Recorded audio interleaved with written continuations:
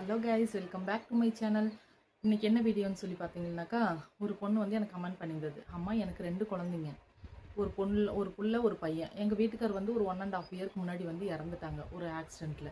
நான் இப்போல்லாம் வெளியில் போகும்பொழுது வந்து பார்த்தீங்கன்னாக்கா, எனக்கு பூ வச்சுக்கணும் அப்படின்னு சொல்லி ஆசை. நான் பூ வச்சேன் அப்படின்னு சொல்லி சொன்னாக்கா, என் சொந்த பந்தங்களும் சரி, என் வீட்டு ஆளுங்க தவிர்த்தி என் சொந்த பந்தங்களும் சரி, வெளியாட்களும் சரி வந்து என்னை தப்பாக பேசுகிறாங்க. வீட்டுக்காரர் இறந்துட்டாங்க, இவன் ஏன் பூ வச்சு சுற்றிட்டு இருக்கா அப்படின்ற மாதிரி கேட்குறாங்க. இது தப்பா கரெக்டான்னு எனக்கு தெரியல. அதனால நீங்க ஒரு சஜஷன் சொல்லுங்க அப்படின்னு சொல்லிட்டு.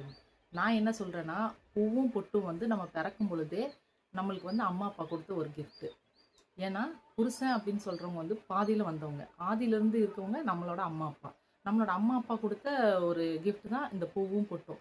பெண்களுக்கு மிகவும் பிடித்ததும் சரி, ஒரு அழகானதும் சரி, அவங்களோட என்ன சொல்றது, அவங்க லைஃப்ல ஒரு அங்கம்னே சொல்லலாம். இந்த தலையில பூ வச்சுக்கிறது, பொட்டு வச்சுக்கிறது. அப்பதான் ஒரு பெண் அப்படின்றது அழகா இருப்பா.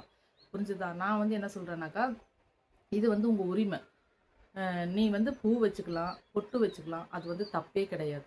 இதெல்லாம் அந்த காலத்துல இருக்க மக்கள் வந்து பார்த்தீங்கன்னாக்கா, இந்த பழசா வந்து அப்படியே இப்படித்தான் இருக்கணும், அப்படித்தான் இருக்கணும், அப்படி இப்படின்னு சொல்லி பேசி, இப்ப இருக்கிற ஜென்ரேஷன் வந்து நெறைய பேர் வந்து கெடுத்துட்டு இருக்கிறாங்க. அதனால நீ ஒண்ணும் கவலைப்படாதம்மா. பூ வச்சுக்கிறது, பொட்டு வச்சுக்கிறது உன்னோட உரிமை. அதை யாராலயும் தடுக்கவும் முடியாது. அந்த முட்டாள்கிட்ட போய் சொல்லு, புருஷன் செத்து போயிட்டா கூட பூ வச்சுக்கலாம், பொட்டு வச்சுக்கலாம். அடுத்த புருஷனை தான் வச்சுக்க கூடாதுன்னு சொல்லிட்டு ஆணி அடிச்ச மாதிரி போய் சொல்லு. சரியா? பிடிச்சிருந்தா லைக் பண்ணுங்க.